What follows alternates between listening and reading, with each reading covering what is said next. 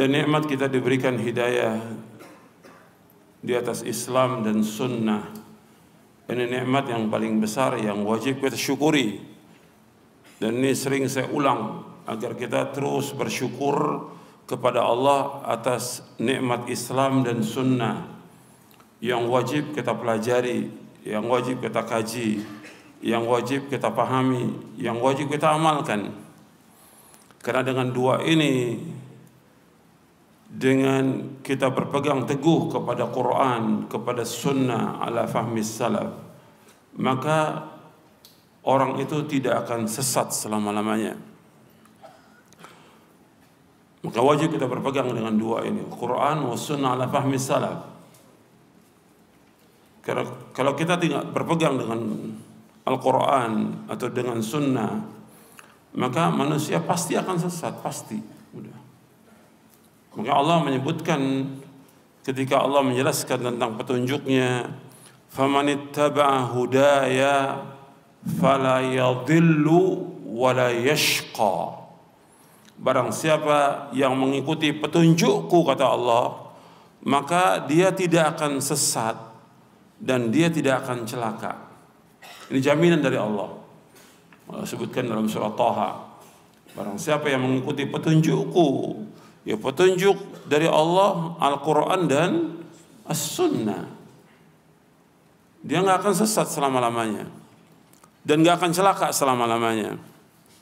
Nabi juga bersabda dalam hadis yang sahih yang diriwayatkan oleh Imam Hakim dalam kitabnya Al-Mustadrak, begitu juga Imam Malik dan Baihaqi dari sahabat Abu Hurairah radhiyallahu an, Nabi bersabda SAW, taraktu fikum amrayni.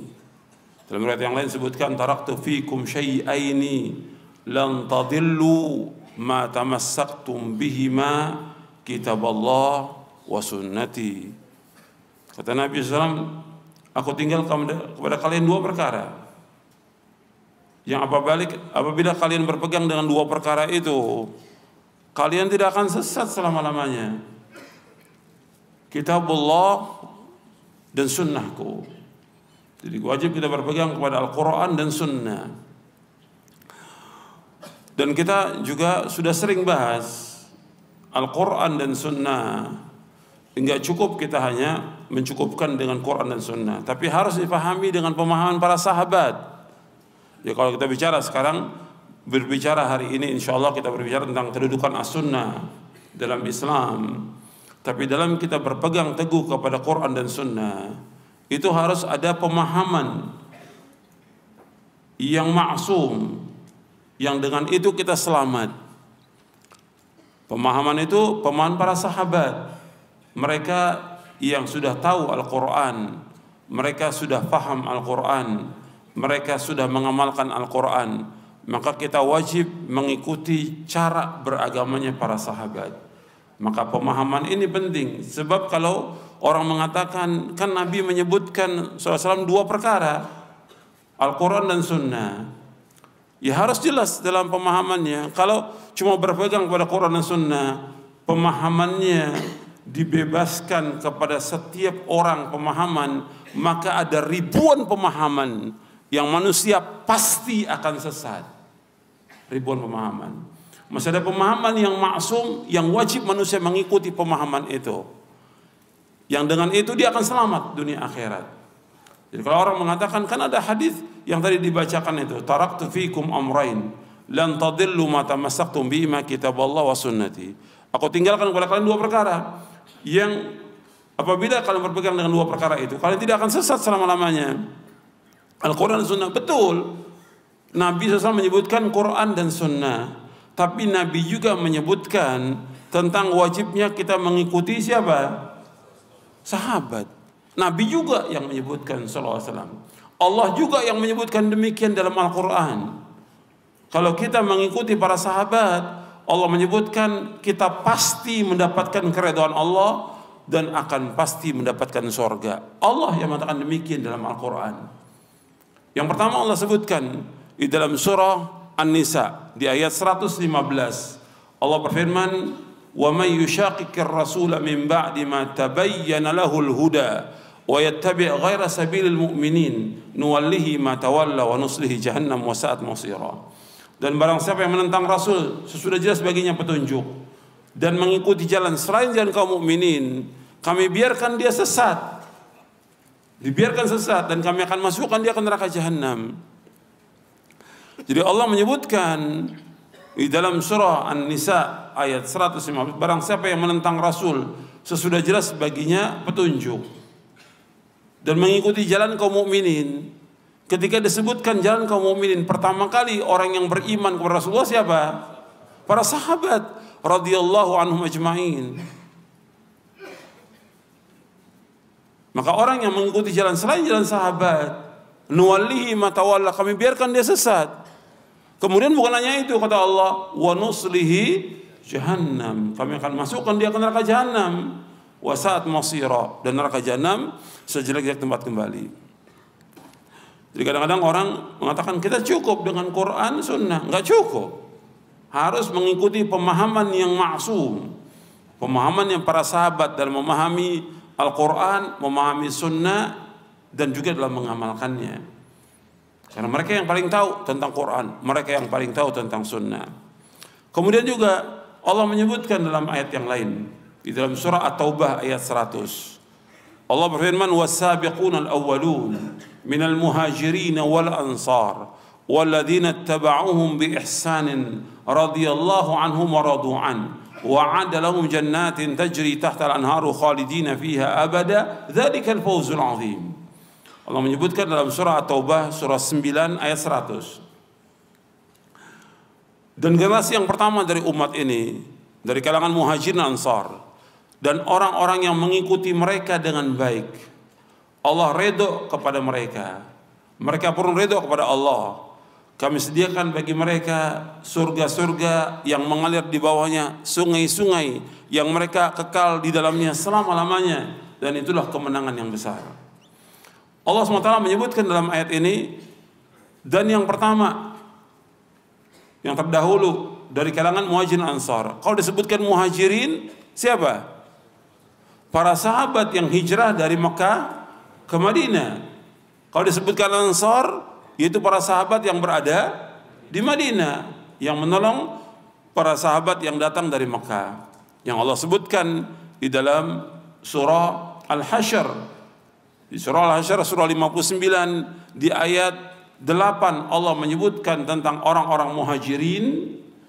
Di ayat 9 Allah menyebutkan tentang orang-orang ansar. Di ayat 10 tentang kita sampai hari kiamat. Dari mulai tabi'in sampai hari kiamat, wajib mendoakan mereka dengan kebaikan.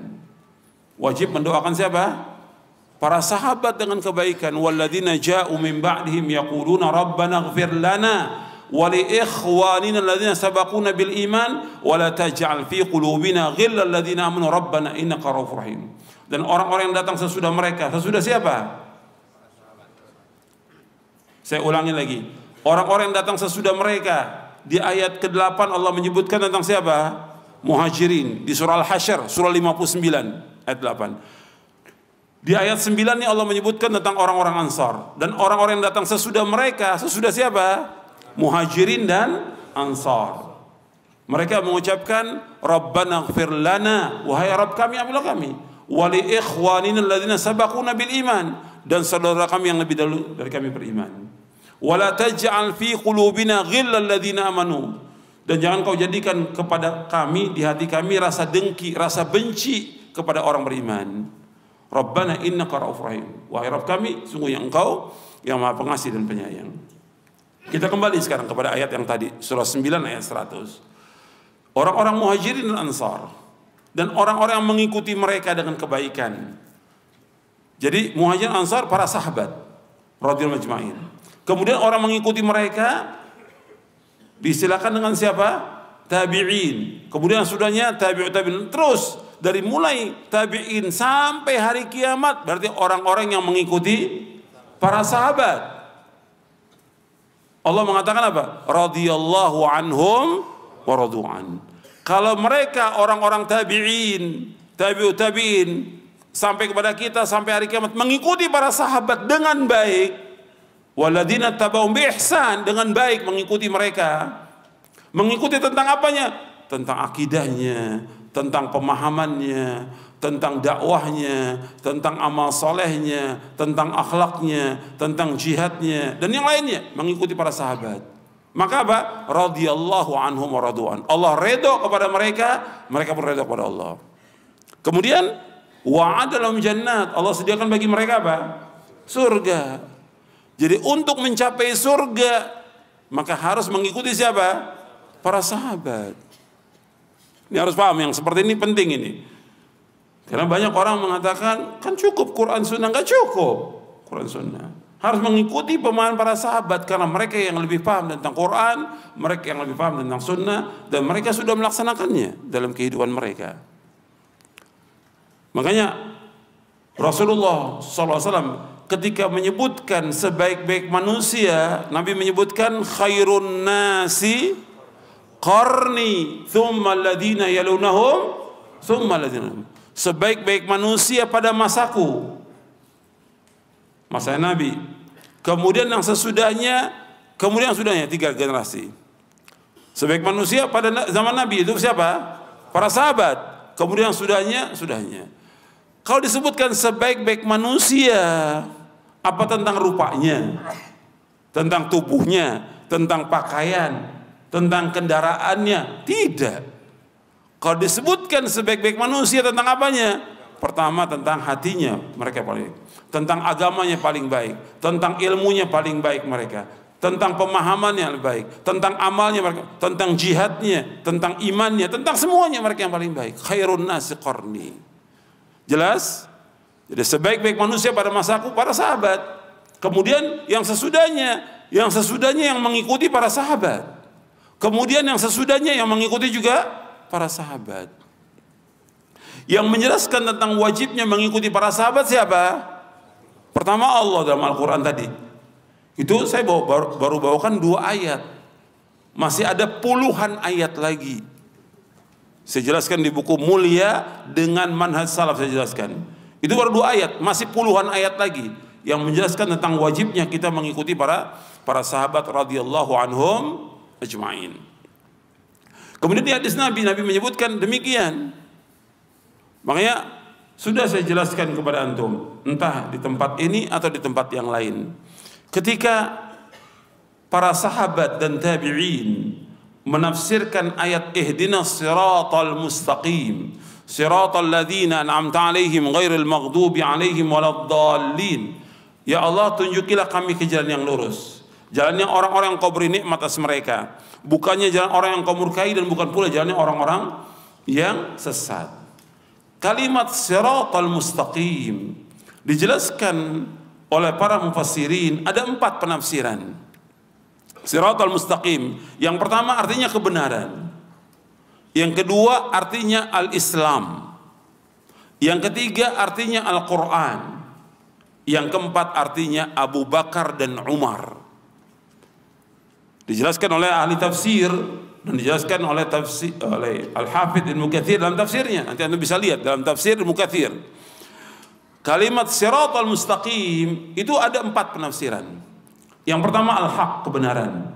Yang kedua al-Islam. Yang ketiga yaitu Al-Quran. Yang keempat Abu Bakar dan Umar. Kata Al-Hafidh Ibnu Katsir rahimahullah, 4 penafsiran ini tidak bertentangan, saling berkaitan. Maknanya artinya orang yang mencari kebenaran adanya dalam Islam. Orang mencari kebenaran dalam Islam. Islam sumbernya apa? Quran dan Sunnah. Kalau disebutkan Quran saja, harus dengan Sunnah. Dan saya jelaskan di buku ini, karena Quran sangat membutuhkan kepada Sunnah. Nggak bisa berdiri sendiri, harus dengan Sunnah. Kemudian Al-Quran dan Sunnah harus ditafsirkan dengan penafsiran para sahabat. Tokohnya para sahabat siapa? Abu Bakar dan Umar. Makanya nggak bertentangan. Orang yang mencari kebenaran dalam Islam. Islam sumbernya Quran dan Sunnah. Quran dan Sunnah harus dipahami dengan pemahaman para sahabat. Tokohnya para sahabat siapa? Abu Bakar dan Umar. Nabi bersabda SAW, iqtadu billadzaini min ba'di Abi Bakar wa Umar. Hendaklah kalian mengikuti dua orang sesudah wafatku, Abu Bakar dan Umar, karena dia tokohnya para sahabat. Maka Nabi SAW ketika menyebutkan akan terjadi perpecahan di tengah-tengah kaum muslimin, Nabi memberikan solusi kepada umat Islam yang terbaik kepada mereka. May ya'ish minkum ba'di fasara ikhtilafan katsira fa'alaikum bisunnati wa sunnatil khulafa'il mahdiyyin ar-rasyidin tamassaku biha wa 'addu 'alaiha bin nawajidh wa iyyakum wa muhdatsatil umur fa inna kulla muhdatsatin bid'ah wa kulla bid'atin dhalalah. Barang siapa yang hidup sesudah wafatku akan melihat perpecahan yang banyak di tengah kaum muslimin, perselisihan yang banyak. Kemudian Nabi memberikan solusi, hendaklah kalian berpegang kepada sunnahku dan sunnah para khalifahku yang terpimpin dan lurus. Peganglah erat-erat, gigitlah dengan geram kalian, dan jauhkan dari kalian dari setiap perkara-perkara yang baru, karena setiap yang baru adalah bid'ah dan setiap bid'ah adalah sesat. Jadi Nabi sudah jelaskan, hadis ini sahih. Kata Imam Ahmad, Abu Daud dan yang lainnya, sahih riwayat ini. Jadi harus kita mengikuti pemahaman para sahabat. Ini penting, harus sering diulang gitu. Banyak orang tidak paham. Dan dengan kita mengikuti pemahaman para sahabat, hukumnya wajib. Dan ini jalan kebenaran. Jalan kebenaran. Dan satu-satunya jalan menuju kepada Allah. Makanya kata Al-Imam Ibnu Qayyim, semua jalan menuju kepada Allah tertutup. Semua tertutup. Kecuali dengan satu jalan yang telah ditempuh oleh Rasul para sahabatnya. Itu jalan itu yang akan menyampaikan manusia kepada Allah. Menyampaikan manusia kepada keridhaan Allah. Dan menyampaikan manusia kepada surganya. Ke surganya. Satu. Makanya Nabi ketika menyebutkan tentang firqah-firqah yang sesat, bahwa umat Islam berpecah menjadi berapa? 73 golongan. 72 masuk neraka, satu yang masuk surga. Sataftariqu ummati ala 73 firqah kulluha fin nar illa wahida. Bahwa umatku terpecah menjadi 73 golongan, 72 masuk neraka, satu yang masuk surga. Nabi menyebutkan al-jamaah. Di dalam riwayat Imam Ahmad, Tirmidzi, Abu Daud dan yang lainnya. Ini sahih riwayatnya. Kemudian dalam riwayat yang lain, riwayat Imam At-Tirmidzi dan Hakim, dari sahabat Abdullah bin Amr bin As disebutkan bahwa al-jamaah maksudnya ma'ana alaihi al-yawma wa ashabi. Orang yang mengikuti aku dan para sahabatku. Mengikuti Rasulullah dan para sahabatnya. Jadi satu yang selamat yang masuk surga, orang yang mengikuti Rasulullah SAW dan para sahabatnya. Jadi dijamin dengan surga. Dan kita semua ingin masuk surga. Jadi kalau orang tanya, kenapa kita mengikuti pemahaman para sahabat? Karena kita ingin masuk surga. Itu jawabannya. Paham? Kalau orang awam nanya, kenapa sih wajib mengikuti salaf? Karena kita pengen masuk surga. Ya. Kalau orang Betawi bilang masuk surga. Masuk surga, kita pengen masuk surga. Gitu. Jalannya apa? Ya harus tempuh jalannya. Satu jalan itu, nggak bisa jalan yang lain. Karena jalan yang lain kalau tempuh pasti pecah belah, pasti udah pecah belah. Karena Allah menyebutkan demikian. Antum lihat dalam surah Al-An'am, surah yang ke-6 ayat 153. Allah berfirman, "Wa anna hadza sirati mustaqiman fattabi'uhu wa la tattabi'us subula fatafarraqa bikum an sabilihi dzalikum wassaqum bihi la'allakum tattaqun." Allah berfirman dalam surah Al-An'am, surah yang ke-6 ayat 153. Wa anna hadza sirati mustaqiman. Inilah jalanku yang lurus. Fattabi'u, ikuti jalan lurus. Ikuti jalanku yang lurus. Wala tattabi'u subul, jangan kalian mengikuti jalan yang lain. Fatafarraqa bikum sabili. Nanti kalian akan terpecah belah dari jalan yang lurus itu. Dzalikum wassaqum bi la'allakum tattaqun. Demikian Allah wasiat kepada kalian agar kalian menjadi orang yang bertakwa. Dijelaskan oleh Abdullah bin Mas'ud radhiyallahu an tentang ayat ini bahwa Nabi SAW, kata Abdullah Mas'ud, khatta Rasulullah SAW khattan biyadihi wa qala hadha sabilullahi mustaqima. Kemudian Nabi khatta biyadihi khatta khututan ala yamini wa shimali. Jadi satu garis digaris, kemudian digaris lagi sebelah kanan, garis-garis yang pendek yang kecil. Kemudian setelah Nabi menyebutkan demikian, hadhihi subulun mutafarriqatun. Ini jalan-jalan yang memecah belah. Ma min sabirin illa wa alaihi syaitanun yad'u ilaih. Dan setiap jalan mesti ada setan yang mengajak kepadanya. Tsumma tala qaulahu ta'ala. Nabi baca ayat ini, wa anna hadza sirati mustaqiman. Riwayat Ibnu Mas'ud ini diriwayatkan oleh Imam Ahmad dalam musnadnya, dan athar ini hasan. Artinya disebutkan bahwa Nabi menggaris satu garis yang lurus, di kanan kiri garis itu ada garis-garis yang pendek. Kata Nabi, ini jalan yang memecah belah, dan setiap jalan ini mesti ada setan yang mengajak kepadanya. Setiap jalan ini mesti ada setan. Makanya dikatakan oleh Imam Mujahid, kata Imam Mujahid, jalan selain jalan yang lurus ini jalannya ahlul bid'ah wa ahlul ahwa. Jalannya orang-orang yang berbuat bid'ah dan mengikuti hawa nafsu. Jadi ikhwan fillah, azakumullah, jalan satu yang selamat ini yang wajib kita ikut, yaitu mengikuti Quran wa sunnah ala fahmi salaf.